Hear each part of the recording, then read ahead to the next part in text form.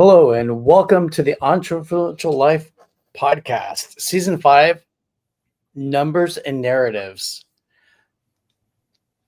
where we blend leadership, legacy, and lifestyle to help purpose-driven entrepreneurs create businesses that are both profitable and personal. I'm your host, John Tanner, and joining me today is Stephanie Blain of Starlight Bookkeeping and Sebastian Tanner, my co-host. Hi, Stephanie.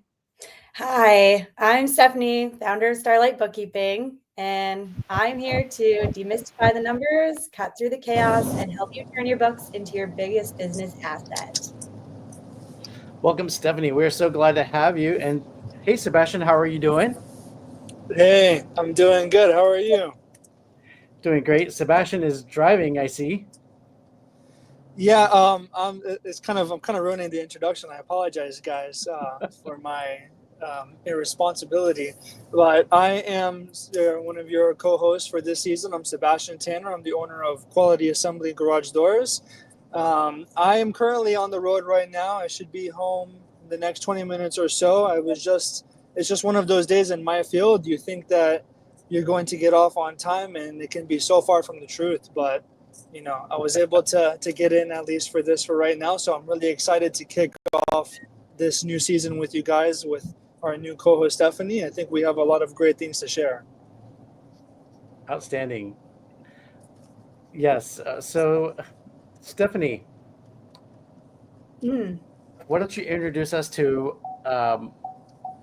your business? Tell us where you're located so our audience can learn a little bit more about you before we get into our regular script that we have prepared for today's show. Sure, yeah. So my name is Stephanie Blain. As I said, I'm the founder of Starlight Bookkeeping, and I'm located in Edmonton, Alberta, in Canada.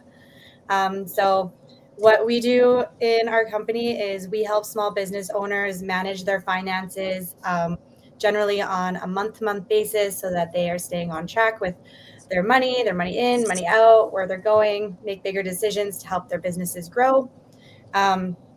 And yeah, I'm super happy to be here. Thank you so much for having me as a co-host this season. That's awesome. Well, we've been looking forward to it a lot, I can tell you, because, well, at least I have, right? And I hope you have too. Yeah, no, me too. I'm very excited about this. Woman on the show. And this is our 5th season now, and it's just been Sebastian and I. So yeah, we're really, really excited to change the demographics here. Mm-hmm. Yeah, I love it. Thank you so much for having me. Thank you. Sebastian, I'm sorry I cut you off. What were you going to say?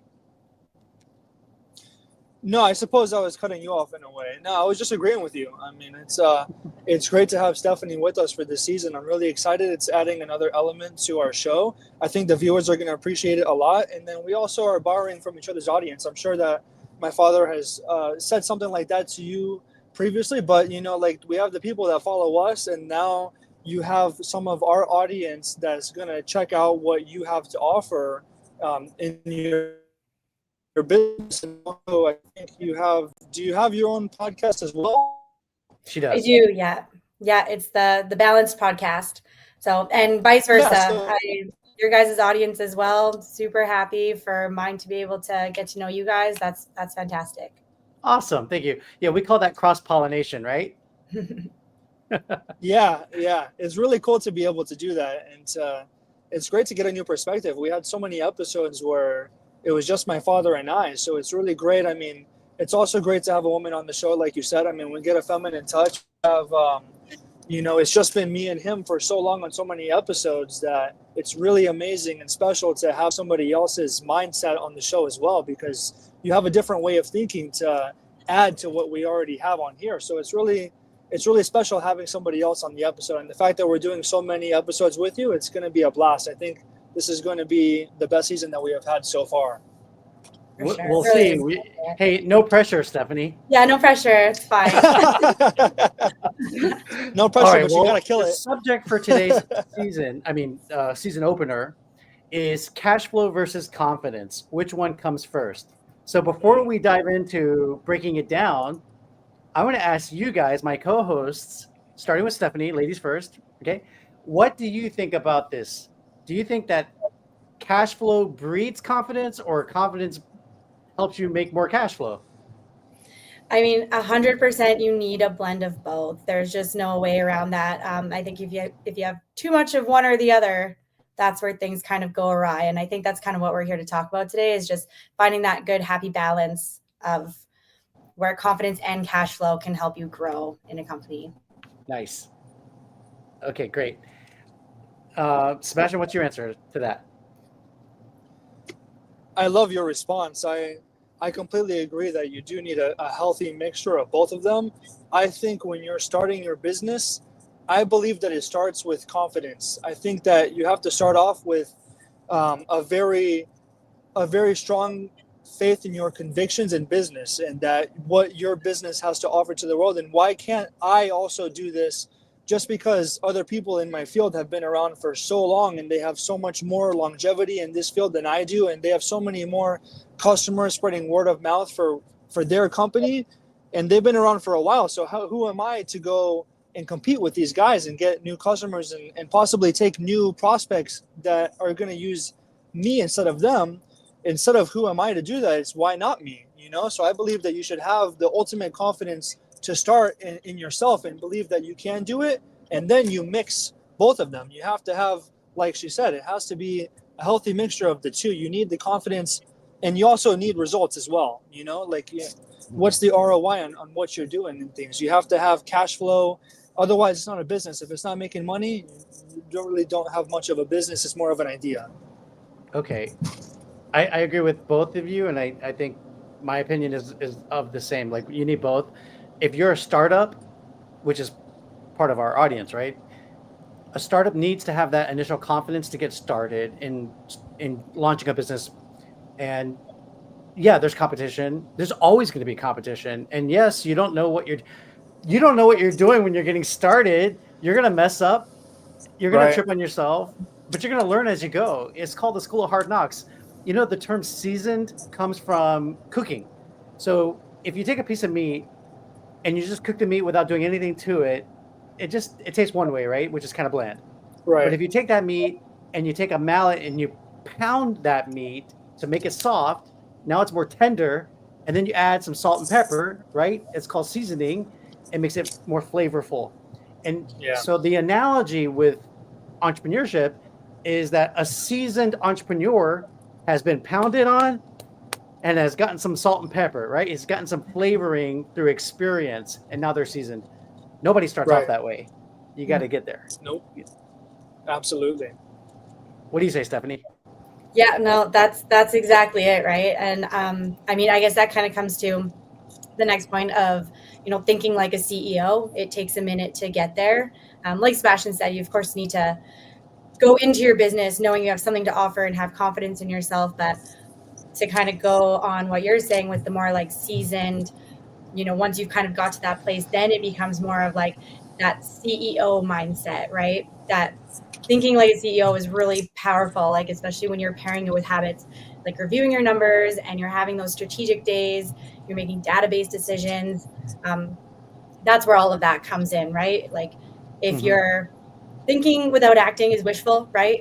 But thinking with consistent CEO routines and consistent confidence, that's where it is. That's where it's at. That's where you succeed.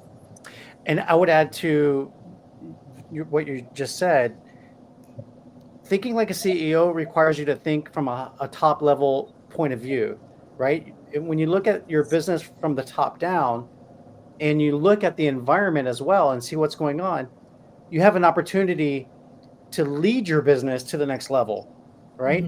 As opposed to getting bogged down in the trenches, which is what happens to a lot of professionals, right? A lot of entrepreneurs, they're juggling all the balls and they don't stop to take that CEO view that you're talking about to see how your business is functioning and make the adjustments that you need to make to grow your business. Right. Yeah, no, that's exactly it. And that's what's happening behind the scenes all the time, right? People are just hustling, they're selling, they're showing up on social media. But I mean, at the end of the day, their bank account is bleeding out and they just can't understand why that's when their confidence starts to crumble, right? It's because I mean, without that cash flow, I mean, the confidence is going to dwindle. That's just kind of how it goes. So you got to have that cash flow. And I mean, we can break that down. I know we've got a lot of topics to cover on that one, but yeah, absolutely. So we'll dive into some of that in our topic tonight. So For sure. one of the things that is often misunderstood in business growth is about what we're talking about, whether or not confidence creates cash flow and cash flow creates confidence. So it's an important topic that we need to cover. And as you guys have both alluded to, it's a combination of the two. But let's talk about how you get there. How do you build okay, let me reframe that. What are the steps that entrepreneurs need to take in order to bolster the self-confidence that they start with? They got enough confidence to get started. What do they need to do to bolster that confidence? You want me to take this one away? Sure. Yeah, sure. Well, so like we previously talked about, right? I mean, there's kind of 3 levels to this. I think that a lot of founders start in the oblivion mode, where they just simply don't know their numbers. They're just checking their bank account before they make a move. That's where a lot of people start. Which is terrible. It's terrible, right? You can't just check your bank balance every day. Yeah, just you better pray that money is still there.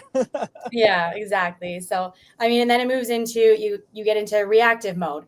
And that's when you kind of recognize that, yeah, things are tight and you're trying to play catch up all the time with your invoices, with the subscriptions you all of a sudden have 28 of, and you have overdue stuff. And I mean, it doesn't matter what your bank account balance says in those moments, right? You're going to end up playing catch up. And then it leads us into that third place, where that is the ideal place to be, which is being proactive. So that's when you have a system in place. You have a regular review. You're reviewing your cash in, your cash out, like on a weekly basis. You're keeping your finances separate, personal from business.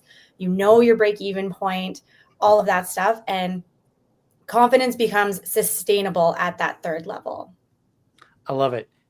So what you're saying then is people start off and they're oblivious to their finances. They're not managing their cash flow in their business. They're reactive, right? They wait till something bad happens and then they respond to it. And then the next level of evolution is being proactive, is taking charge of your finances ahead of time, right? That's what proactive means, so that you know exactly what's going on inside of your business. So that means you have your profit and loss statements, your balance sheets, your statement of cash flows, and maybe even you start looking at your financial metrics, your performance metrics, to see how things are going in your business. Absolutely. Yeah. Nice. All right. And what about the 3 C's of cash flow clarity? What can you tell us about that? Sure. So the 3 C's of cash flow clarity, the first one is consistencies. Are your sales repeatable? Are they predictable? Are they one-off?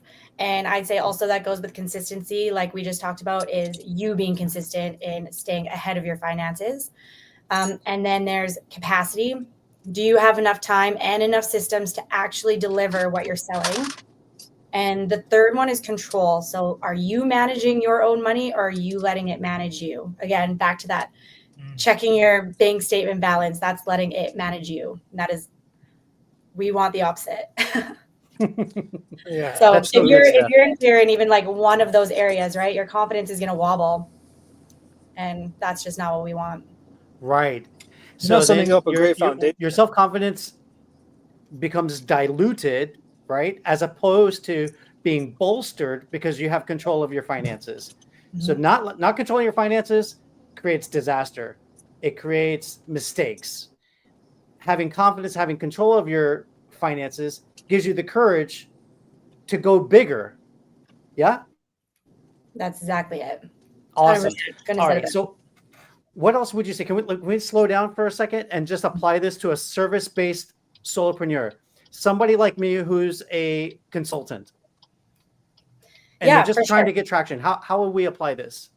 Yeah, absolutely. So let's take like a coach or consultant that is just starting to gain traction in their business. Let's say that they've landed like a $2,000 a month retainer and a couple of one-off sessions. On paper, that looks like a win. They're feeling good. They feel like they're making it. But the catch is, if they're not setting aside money for taxes or paying themselves consistently, or keeping track of what's actually going out in their month or even their week, I would say, then it all kind of becomes a bit of an illusion. So what normally happens is that tax season rolls around and suddenly there's a huge bill that they didn't see coming. Now they're scrambling. Maybe they're even putting it on their credit card, which is just a huge no. And that stress slowly, it just adds up everywhere. They start pulling back on marketing. They're hesitating to sign new clients. They start doubting themselves. And not because they don't believe in the work that they're doing, but because they don't trust their money anymore. And when you don't trust your money, I mean, that's where your confidence takes a hit. Okay. So yeah. All right. So that means if I'm not planning for my taxes, like if I don't, so let's say I go and I do a $300 an appraisal assignment and I don't take 30% out for my taxes and set it to the side, come tax time, I'm going to have a big problem. Number one. And if I'm also not budgeting for replacement of my computer that I use for writing reports, and the computer shuts down and it can't fix it, I don't have the money to go replace it right now. Right. So then I'm going to take a hit. Exactly. Right? Okay. Yeah. It's going to come out of the money that you do have to spend on your marketing and all of that stuff. So now you're going to feel like you have to make choices and you thought you planned better, but you didn't. And so it's just a vicious cycle. Right. So if I have to take money from my marketing budget to spend on repairing my computer, now I can't market. That means I'm probably going to be short of clients next month, right? Exactly. Vicious cycle. Okay. It is a vicious cycle. Thanks for sharing that. All right, now let's talk about the other side of this. What if you've got the numbers right, but you still don't feel confident? There's something going on inside of your brain. Let's call it imposter syndrome. When your business is growing, but your inner identity hasn't caught up with you, which is common among coaches, creatives, small business owners, and consultants like myself. They're making money, but they still feel broke. Or worse, they feel like frauds. So confidence doesn't automatically show up with cash. It shows up with alignment, right? Alignment with your values, your vision, and your numbers. When they're all telling the same story, would you agree with that? 100%, yeah. Alignment is like one of my favorite words. I use it so often in my podcasts and in my social media. It's all about alignment. You need that. I love that. I love alignment and congruence with your higher self as well, right? Because you're striving to become like a better version of yourself and you have that North Star. And if you're not operating in alignment with who you want to be, well, you're not going to get to that who you want to be, right? You're not going to reach your North Star. You're diverting. Yeah, 100%. Okay, so let's talk about what confidence looks like inside of a business. Not just the social media version of people showing themselves in like the most fanciest situations, like and here I am at Maggiano's or Cheesecake Factory, and all of that jazz, right? Oh, I'm flying off to Paris, all of that fun stuff. They use the last of their money to fly off to Paris. What's that, Sebastian? They use the last of their paycheck to go and fly to Paris. They make everything. It's so fake. It's so fake and BS. Like it's such a lie. This social media scam of people looking like they're rock stars and they're lavish. And the problem is that they're doing so much to impress somebody else. It's like being a kid in high school and you want to be cool so bad. I did the same thing. I wanted to be cool so bad that my grades took a hit because I wanted to be the funny guy and impress everybody else. And instead, I'm getting in trouble with the teacher. And it's like, why would I? As a businessman now, I wouldn't ever want to put anybody else's, anything with anyone else above myself and my business and what I'm trying to do now. But as a kid, I'm like trying to be the funniest kid in class because I want everyone to like me. And it's the same thing on social media. They're spending a ridiculous amount of money to go and act like they're this amazing business owner or whoever they are, whatever they're posing to be. And in reality, it's fake. They might not even, somebody might have taken them on that vacation and they're acting like they're the one that paid for it. And in reality, somebody else is paying the bill. It's a lie, it's completely. Yeah. It's like the wannabe rappers who go and rent a Ferrari and they go and rent it's a rental, $10,000 a day beachfront house in Miami Beach and they shoot a video. And then afterwards they're poor again the next day, right? It's just Absolutely, it's fake. It's And so, fake like, wealth. okay, there's pros and cons to that. Like, you want to portray an image that's higher than yourself so that you can ascend to that level. But on the other hand, if you're doing those activities on a frequent basis, that's where imposter syndrome comes from. Absolutely, you're not really living that lifestyle that you can afford, and it's going to cause you to not have. I mean, you can't have faith in your convictions when you're doing things like that. It's not a true lifestyle. You're not really getting the money at that level that you're taking. Also, like, their money's not working for them. Like, super rich people that are making passive income, that they don't have to be in the office to make money. They can go and take vacations and do things like that all the time, and it's good. But when you're kind of being like a poser in a way, and you're pretending to be something that you're not in alignment with your higher self. There's no possible way that you are, because you're not really. It's like it's all a facade. Like, when you feel like you're living a fake lifestyle, then of course, like then you are. It's just That's the opposite of alignment. Yeah, that's the opposite of alignment. That's where the fraud feelings come from. It's because you really are faking it, too much. Absolutely. Let me ask you a question, Sebastian. When you started your LLC, did that bolster your self-confidence and entrepreneurship?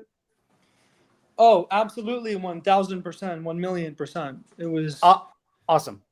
Okay, yeah. And Stephanie, when your clients set aside a budget or like percentages for how they save for a rainy day fund, or if they save like 30% for income taxes, does that make them feel more confident in their business?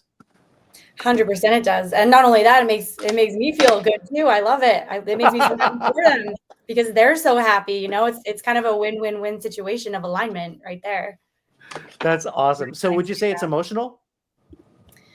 Yeah, of course. Right. I mean, like, that's the thing about money, is that it's not necessarily just numbers on a page, right?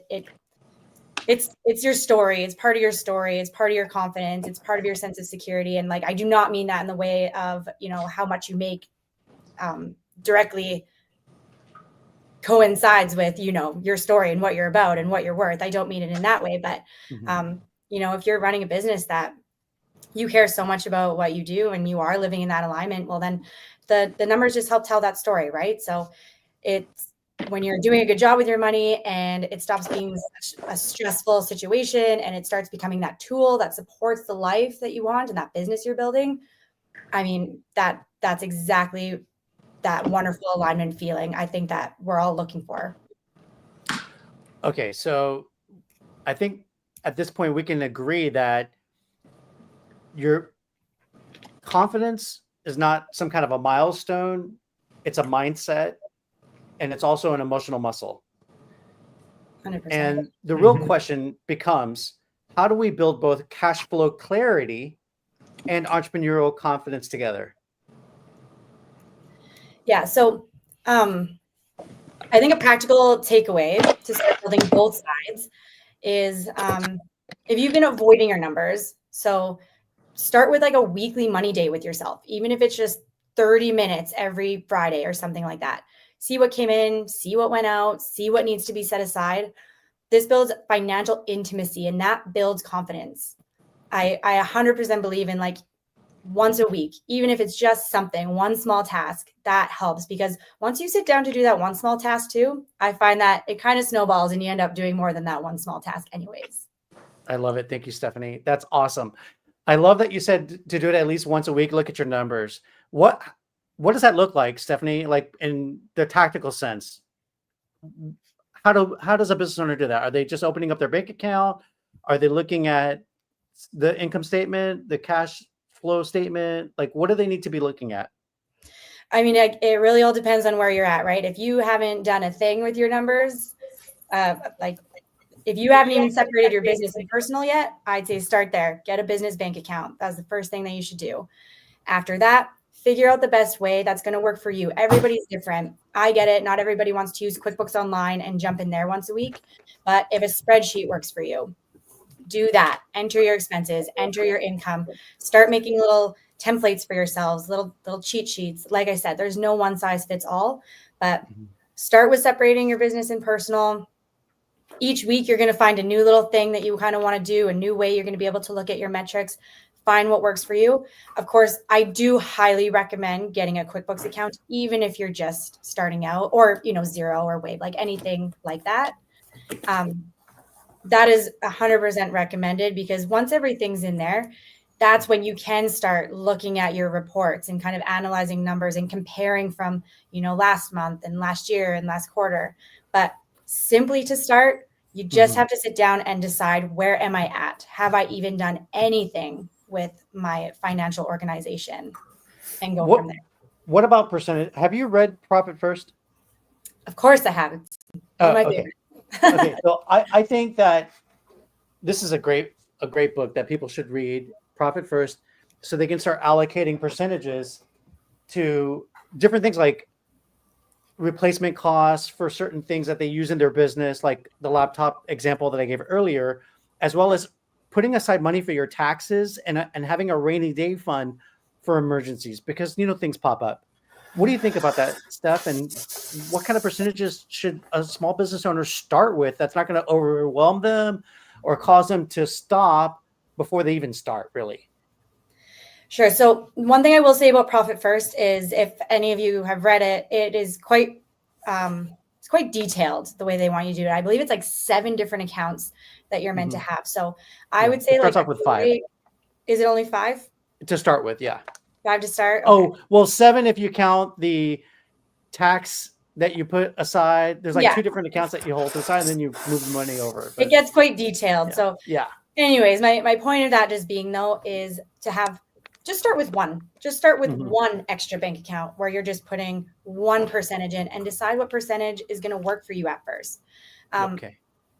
Even if it's only 5%, the whole purpose of this conversation, we're talking about like that confidence building.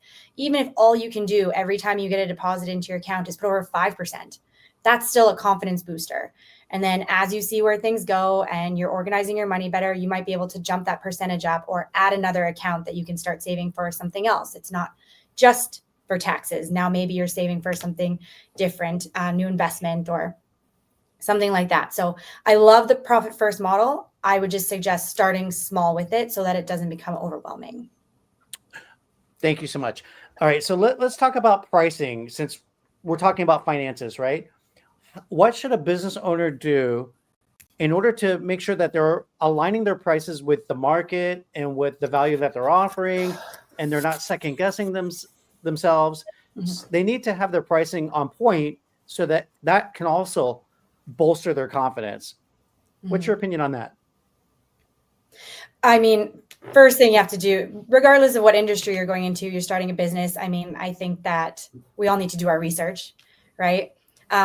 I actually recently just created a pricing audit worksheet, so I can share that link with you guys if you'd like. But, you have to do your research first and kind of go from there, right? I mean, there's tons of resources out there. Then once you do start selling your product or service or whatever it is, that's when you need those key metrics. Every business is going to have their different key metrics that they need to watch for.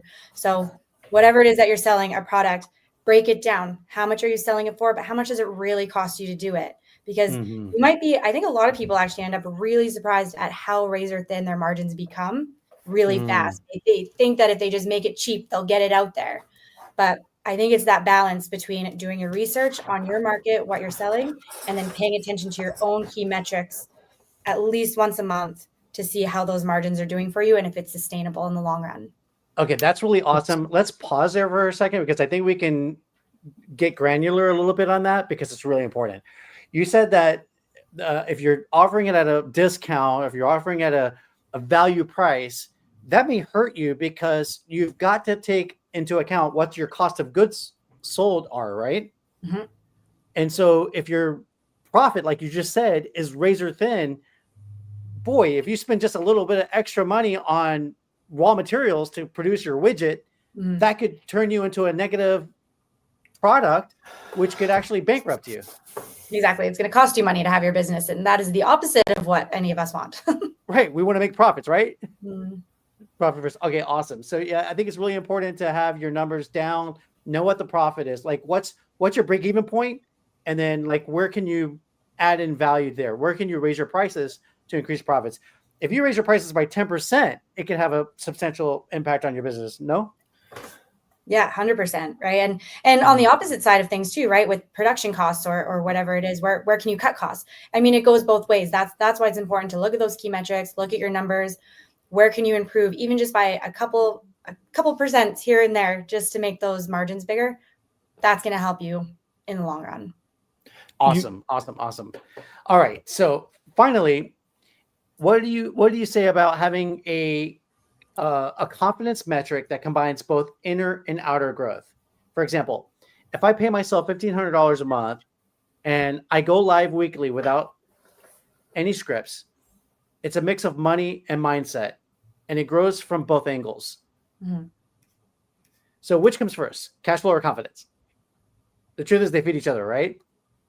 Well, exactly. They feed each other 100%. I don't know. Sebastian, you want to take this one away?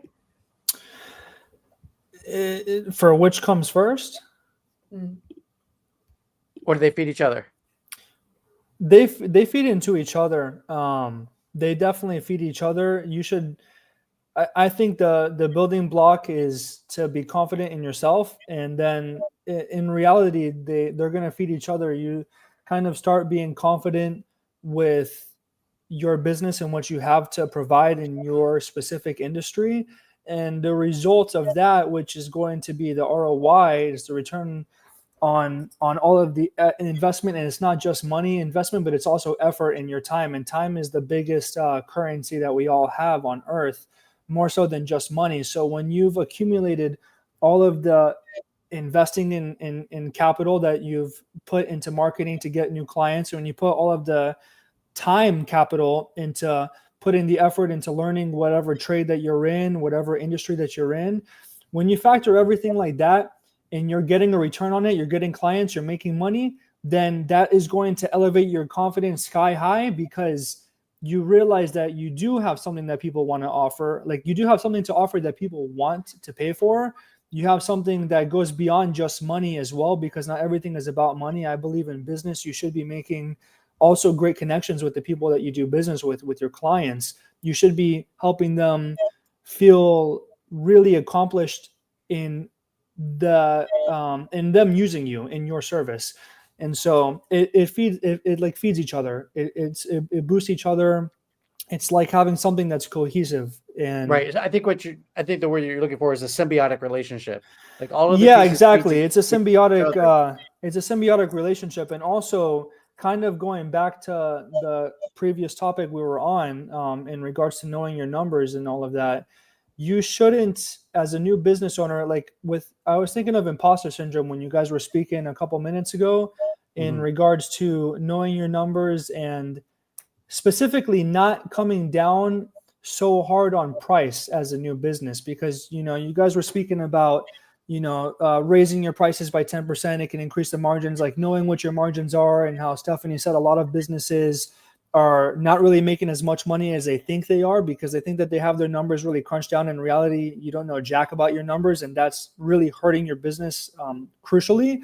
But the other thing is that imposter syndrome can play a huge part in you just trying to take any job and any customer. And so you're going to come down on price just to make that sale, because you're so eager to just get a sale as a new business owner. And you're competing with other people that, like I said previously when we started the show, that have been in business for years longer than you, and they have so much more longevity that you feel the need to come down on price to where you're not even going to make any money on the job, but you just want to get the job done. You'll, like somebody like me who's driving around for work, a service-based business that's going like an area service-based, would drive 2 hours to go to a project where you're going to make $100, and the job takes you 3, 4 hours, 5 hours, maybe even 7 if it's difficult. So that's a big thing, that imposter syndrome can really kill businesses at the start if they're spending way too much money just trying to go and get a job, just to get the job. And you have to feel the confidence that you do have something special to offer in your industry, and you shouldn't just come down on price for anyone just to get the job, because you're not going to make money. At the end of the day, you're in business to pay bills for your home. You're not in business to do everybody a favor and do them free work. Nobody, there wouldn't be any businesses. Nobody would be making money if they were all doing the same thing like that. And right. I'll tell you from experience, I had to learn that lesson really quick at the beginning, because I was exactly that person. I'm embarrassed to say, like, I was just happy that anyone wanted to work with me. So I'm like, great, I'll do it for whatever price. I was just happy I was getting the business, but at what cost, right? And ultimately, it didn't do any good for my confidence. I really needed a mindset shift. So yeah, I mean, it happens to the best of us, but good lesson learned. I learned it from experience as well. That's why I bring it up. I've done, incredibly difficult jobs. And in my field, jobs can get real tough, where you do a 1 hour job can turn into 2 days, which is a crazy example, but you can end up doing so much more work for less money. Well, in the beginning, you need experience. So I think that you can take a hit on the income part of it in order to get the experience, because once you know how to do it, now you can go out and charge what you're worth to do those jobs for other people, right? But in the beginning, if you don't know what you're doing, you got to learn. So it's okay to take a hit. The other thing is, when you're starting your own business, you need testimonials. You need clients that will say, hey, Stephanie does a great job. Hey, Sebastian does a great job. And so all you need is at least 3. I would say if you're going to do 3 for free or low cost, that's okay to get those testimonials to show that you know what you're doing. Once you've done that, raise your prices.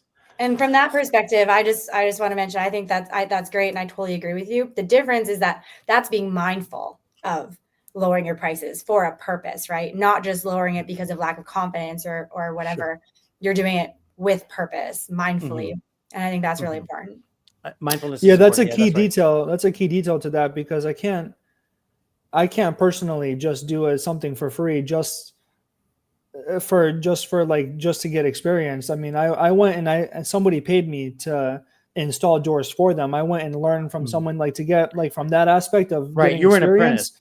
I was an apprentice. I went and worked. I was somebody else's employee. I was an employee. I wasn't a business owner. So it's like, if you're starting a business, like if I was to just start garage doors without knowing it, that would be a flawed idea to begin with. But right. We're not talking about that. If we were doing that and you had no experience, I mean, you really have to, there's really levels to it. And there's a lot of years that goes into really having a business. So if somebody wants to just immediately start something without the experience, and then, like you said, like, it's great to go, it ties in well with what both of you said, because with what you're saying, I agree with, like, yes, you should do, sometimes you can come down on price, but like Stephanie says, there has to be a purpose behind it. Don't just come down because you don't feel confident in yourself. You should come to, okay, if I'm going to come down on price for you, then I want you to leave a Google review for me in exchange for it. I'm going to make this work for you because I want to earn your business and I want to get to know you as a business relationship.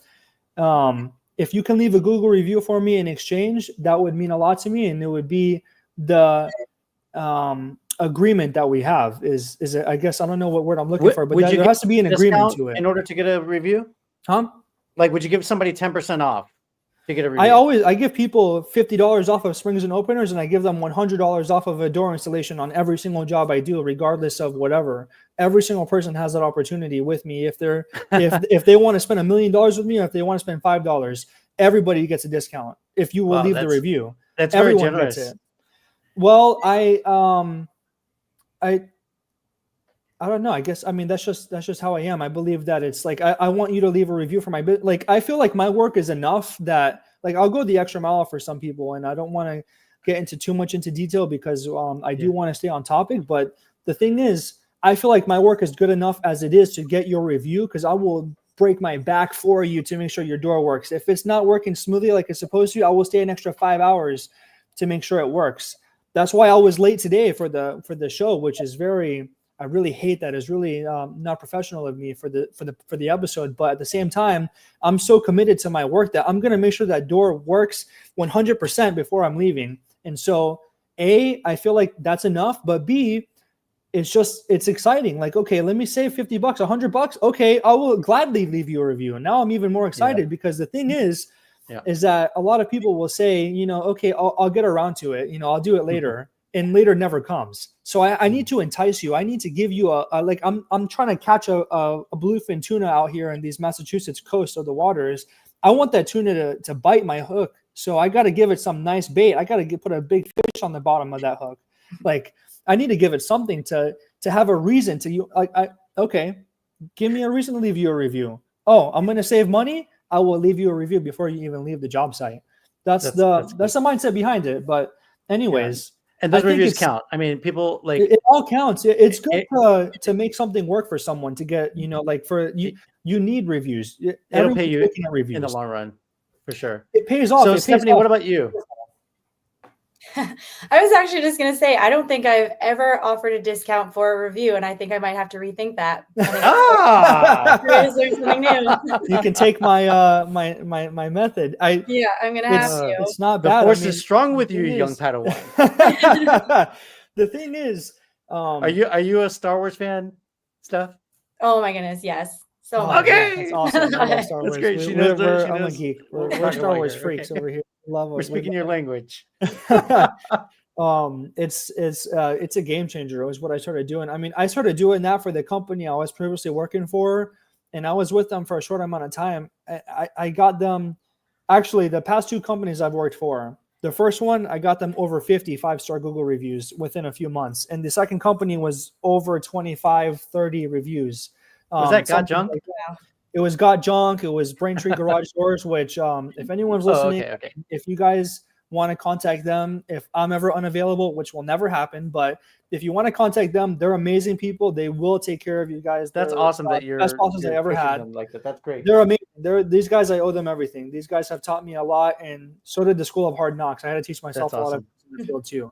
But these guys they're fantastic, But anyways, like I got other companies so many 5-star reviews by doing that, and it was with $25 off. I was with Got Junk. I got a certain I got like hourly, and then you kind of make a little profit share, like a 2% profit share on jobs. So I don't know. You just try to get the Google reviews helps. It was a weird method, but anyways, I was incentivized to take a little cut of my money to get the review for the company, and it also makes me look better to the company. And then I thought, well, now it's my own company.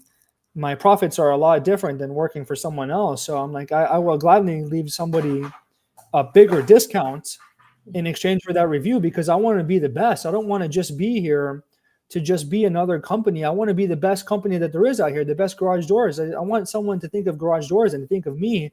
When they think of bookkeeping, they think of Stephanie and John, and they think of someone to teach them business courses. They think of John Tanner. So you're talking about market share. You're talking about having top of mind awareness in your marketing. And the review helps. Yeah, when you go on Google and you look at a restaurant, where am I going to go out to eat tonight? I want to try a new place.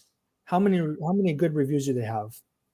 Right. No, it's important. People are looking at that. They're looking at reviews as part of this due diligence process, right? Before they make a buying decision. Yeah, that's like standard, especially with your age group. I found it started with my age group, because back in the day, you would go and talk to, and I'm talking about baby boomers, right? When I say back in the day, I'm talking about baby boomers, because I'm 51. Okay. So before Generation X, people would get referrals from people, word of mouth referrals, and they would use those people that were referred to them to pick up the phone and order their services, right? That's how things were done. Then in Generation X, we started doing online research because online travel agencies came around. And so we were booking our airline tickets and so forth, hotel stays, and we would look at the reviews. And you guys take it to a whole nother level. You go on to on TikTok, Foursquare, Yelp. I go on TikTok. I look at I want to see the restaurant on the inside. I want to see the inside of the restaurant. I want to see the whole video. I want to see someone eat a whole meal. I want to see the review. I want to see someone eating the food. You watch the chef cook it? I want to see. Matter of fact, let's see what's going on behind closed doors. Oh my God, what's really happening? I swear, I'm not even lying. I don't know if I really want to know what's going on there, honestly. I'll probably never eat out again. If there was a mouse, I didn't see it because the food looks good. There's a proof of concept that comes into play with how many reviews. You want to have a good experience somewhere, and what better place to go to where many different other people have had a good experience there. It's all right. it's Listen, I'm gonna pull it back because we went down this rabbit hole. Yeah. We gotta start climbing back out. It's that undervaluing yourself, but for incentive and out of mindfulness, not because you don't feel like you're worth it, right? That's kind of the whole. Yeah, absolutely. So do it for a reason with the whole top-down approach. Yeah. It kind of all started with anyways, the confidence and the cash flow are gonna, feed each other ultimately at the end of the day. But you have to have the results and you have to have the confidence. You have to, like you guys are talking about, you have to step into your higher self in a way and align yourself with things that are doing so. And, don't act like you're doing it on social media and living a lavish lifestyle that you're not really doing. And, you act like your business is making a whole bunch of profits. That's going to do the opposite, because you're going to be so stressed out about trying to pay your bills because you're living a facade, that it's going to do the opposite of feeding your energy to align yourself with your higher self. You're keeping yourself down low. Yeah, exactly. That's a good note to end on. I think that for our listeners, have your North Star, try to stay in alignment with that North Star, and start taking these action steps that we've been talking about. The things that Stephanie mentioned, like having a business bank account, not commingling. I'm sorry, I get that tongue-tied on that one. Don't commingle your personal and your business finances together. That's a bad idea. You want to keep them separate. You want to use spreadsheets at the bare minimum to track where your money's coming and going, right? Your cash flows. But a better step above that would be start using QuickBooks Online or Xero to start tracking your income and your expenses, right? Mm-hmm. And then exactly. And then if you have any questions about pricing, start doing your research to see what other people are charging for the similar products or services that you're offering. And you can use Stephanie's pricing audit worksheet to take it to the next level. I'm guessing, right, Steph? Yeah, 100%. Okay. And then this episode, the cash flow versus confidence, it kind of introduces you guys and gals to the beginning of this Numbers and Narratives series that we're doing for season 5. And we created a workbook that has all kinds of resources starting from episode, whatever this episode is. I don't even know what it is. 81, I think it is. But it's episode 1 of season 5. And we're going to go through 8 episodes. And in the workbook, you'll find handouts that go along with each episode that we're going to be covering. So please download that at entrefluencer.club. And anything else? Any parting thoughts? No, I wanted to say thank you guys so much for having me. I'm really looking forward to the rest of these episodes and having this season with you. I think we're going to get into some pretty interesting topics. So thank you so much for being our guest, our co-host. Hey, listen, can people find you on Instagram? Yeah. So you can look up Starlight Bookkeeping, or it's at _Steph Blain _. But Starlight Bookkeeping will get you there. Perfect. And what's your website address? It's just starlightbookkeeping.com. Easy peasy. I love it. And by the way, I love the name of your company, Starlight Bookkeeping. It's beautiful. Yeah. And Sebastian, what's your too. handle on Instagram? My handle on Instagram is quality_assembly. And what's your personal one? Sebastian Tanner _. Okay. And what's your website address? Memorize that one. I'm only on the business one lately. He's on TikTok. I am on TikTok. What else did you say? What's your website address? The website address is Quality Assembly Garage Door, singular, not plural, because I've had 5 different websites from different designers that dropped the ball. So qualityassemblygaragedoor.com. Thank you so much for that. And my company is colemantanner.com, and you can access a whole bunch of links over there with a lot of resources like the Bespoke Startup Workshop series. There's the 14-day Business Advisor course and a whole lot more. We're just going to leave it at that. And you have to go down the rabbit hole of that website and see everything that there is on there. You may get lost there for a little while. I'm not gonna lie. You go on there, you should have a couple hours to spare. Good luck. We'll be praying for you. Dude, I was looking at it the other day. I was like going down and down and down, and then I forgot I was in the gym. I had to go on to my next set. I was hogging up the machine. And every time I talk to you, it seems like you're creating something new. So He is, man. He's always creating. It's inspiring.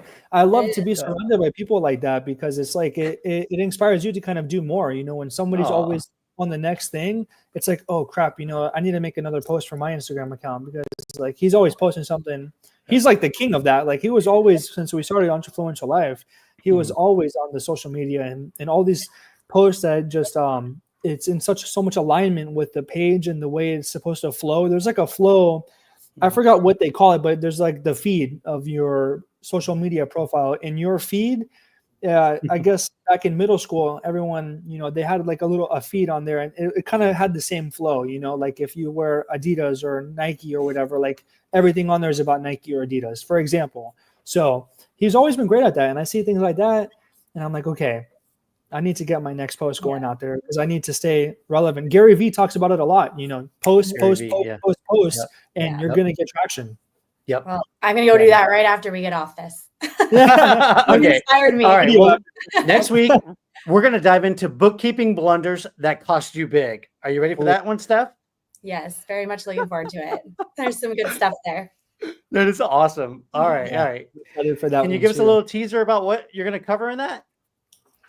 I don't know. I think some of them will be somewhat obvious to most people, but I think there will be a few that surprise you. Okay. Okay, cool. I'm pretty sure you're going to cover what I just said. Don't commingle your funds. Yes, I'm certain that's one of them.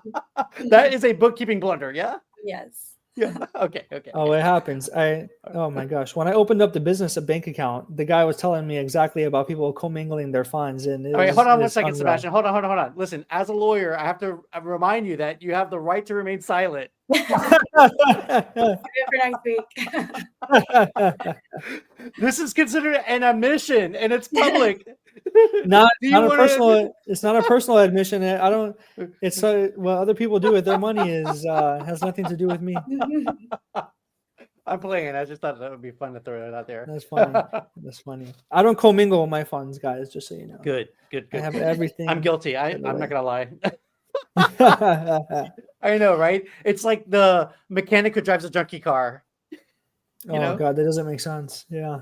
Yeah, no, but it happens, right? I mean, it's like it's the funny thing. Anyway, all right, guys. So thank you so much for joining us today. I hope you got value out of the show. If you want to dive in a little bit deeper, go download the book. It's at entrefluencer.club.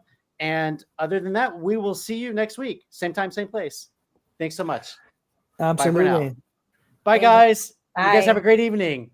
Bye. Download the cash flow clarity checklist and get that going. I hope you guys all have it filled out before the next episode. And if you want to show us some love, we'll be happy to receive it in our Instagram and those other channels. Sebastian likes TikTok. And I like TikTok. Yep. You guys can put any questions for any of us and we can answer on the next episode if you guys absolutely have any. Sure, yeah, that would be awesome. That would be great, right? Okay, guys. All right, guys.